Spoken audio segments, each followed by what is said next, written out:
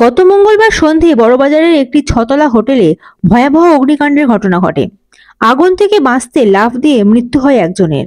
পরে হোটেলের ঘরে দমবন্ধ অবস্থায় আরও 13 জনের মর্মান্তিক মৃত্যু হয়। ওই ঘটনায় এদিন রাজ্যকে দায়ী করেন শুভেন্দু অধিকারী। তিনি বলেন, 2011 থেকে 2025 15 বছরে এই সরকারের আমলে কলকাতায় 8টি বড় অগ্নিকাণ্ডে শতাধিক মানুষের মৃত্যু হলো। অগ্নি নির্বাপক যন্ত্র নিয়ে সরকারের যে কোনো মাথা ব্যথা নেই তা একাধিক ঘটনা থেকে স্পষ্ট। শুভেন্দু অধিকারী অভিযোগ করেন, পুলিশ, দমকল থেকে তৃণমূল নেতা এরা সকলে টাকা তুলতেই ব্যস্ত। মানুষের জীবন থাকলো না গেল তাতে এদের কিছু যায় আসে না। এর পাশাপাশি তিনি আরো বলেন, মুখ্যমন্ত্রীর সঙ্গে আস্ত সরকার দীঘায় ছুটি কাটাতে চলে গিয়েছিল। ওরা জলসা নিয়ে ব্যস্ত।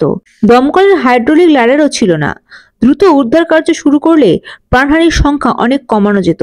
এছাড়াও তিনি আরো বলেন, ঘটনার প্রতিবাদে জোড়াসাঁকো থানা ঘেরাও করে বিক্ষোভ দেখানো হবে। আগামী সপ্তাহে কর্পোরেশনেও বড় ধরনের বিক্ষোভ সভা করা হবে। কলকাতাতে ট্রেড লাইসেন্সের ফি 400 গুণ 500 গুণ বেড়েছে। হোল্ডিং ট্যাক্স 400 গুণ 500 গুণ বেড়েছে। জলের কর চাপিয়েছে।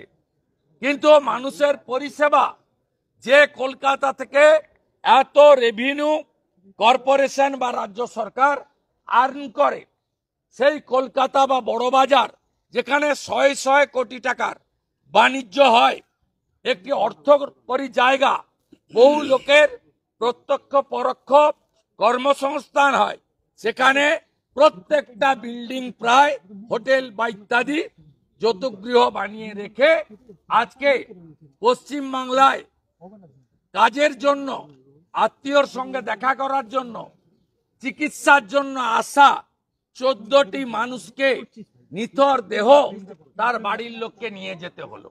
এরা their only agenda to earn money. কারণ মুখ্যমন্ত্রী চোর, মমতা চোর, সবাই জানে। আর তার লোকেরা চুরি করবে, ভাগ নিবে, এটা স্বাভাবিক। কারণ 100 টাকা তুলে 75 টাকা কালীঘাটে পাঠাতে হয়, ঘোষিত অবস্থান। তাই ফায়ার ব্রিগেড, আবগারি, কর্পোরেশন, পুলিশ সব একসঙ্গে মিলা ভগত যাকে বলে, একসঙ্গে জয়েন্ট ভেঞ্চারে এই অপকর্মগুলো করছে। পশ্চিমবাংলায় অতিথি হয়ে আসা বাইরের রাজ্যের লোকের দেহ যাচ্ছে। ক্ষমার অযোগ্য অপরাধ এই সরকার করেছে। তারা দীঘাতে জলসায় ব্যস্ত, গান হচ্ছে, নাচ হচ্ছে, কোমর দুলছে, নন ভেজের ফোয়ারা উঠছে, সঙ্গে জলের লাল নীল জলের ফোয়ারা উঠছে। আর এখানে মানুষকে এই অবস্থায় ফেলা হয়েছে।